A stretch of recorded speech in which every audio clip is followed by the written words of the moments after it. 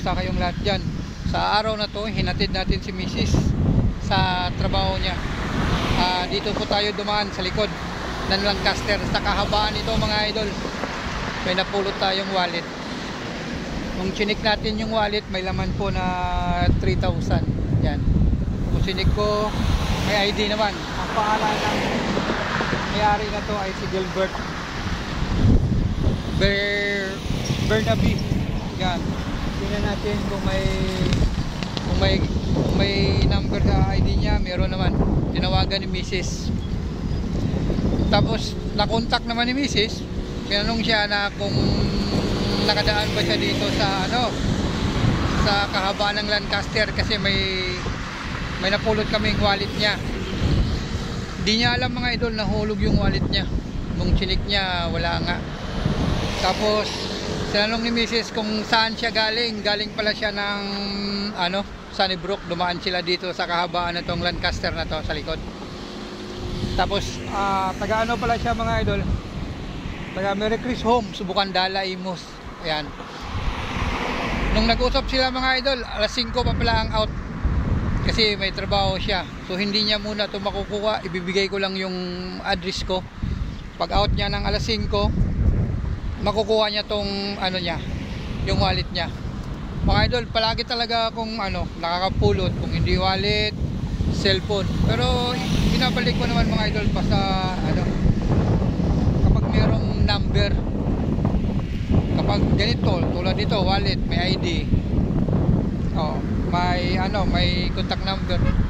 Nakailan beses na talaga ako mga idol nakapulot wallet. Pero binabalik ko. At saka yung cellphone binabalik ko. Kasi hindi atin yan. Tapos ang laman pa, ang pera 3,000. So malaki to mga idol. Tapos kailangan talaga yata niya. So di ba, mahirap na ngayon anong panahon mga idol. Tapos mahulog lang yung gamit mo na may pera. So kailangan natin ibalik mga idol. So mga idol, hindi natin tatagalin. Hintayin natin na mag-alas 5 kasi tatawag yun at pupunta dun sa lugar natin o sa bahay namin para makuha niya tong pera. So mga idol, abang-abang lang, hintayin natin mamaya ang alas 5. No, mga idol, kakarating lang natin galing sa trabaho. Tapos nag-message na o nag-text na yung may-ari ng wallet. So nandun na daw siya sa guard. Puntahan natin mga idol.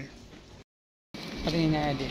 So yun mga idol, so yung may-ari ng wallet si Gilbert Bernabe, di ba? Ano mo yung Bernabe dyan? Hindi ko po kakilala yun. Ang kakilala niya, Mama Reyes po. Akala ko nung tinawagan ka ni Mrs. galing ka ng Galing ako naik kanina. Naghatid ako ng mekaniko rin. Ang kasi ng Mrs. galing ka dito ng anong tawag mo nito? Sunnybrook. Nandito ako kanina sa Sunnybrook. Sunnybrook na talaga. Papunta na kaming manggahan yung kanina. Mabalik sana ako, sabi naman ni ate. Sabi na may pasok sa top. So magkano pera mo sa wallet? 3 po. 3? Tapos nandun yung RCR. 3 yan. Tingnan mo. Salamat po sir. Tingnan mo kung tama ba yung wait lang. Yan, siya yung may-ari. Tingnan mo. Salamat po. Okay ba yung pera? Kompleto naman. So yun mga idol, siya yung may-ari. Sige. So yun mga idol, naibalik na yung wallet niya.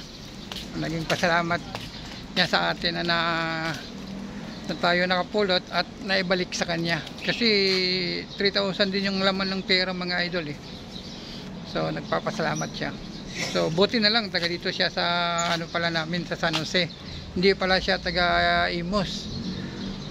Pero nait talaga siya mga idol yung niya. Kung saan siya nakatira. Siguro lang yata niya diyan, nangupahan siya. Dito sa subdivision namin. So hanggang dito na mga idol. Bye-bye.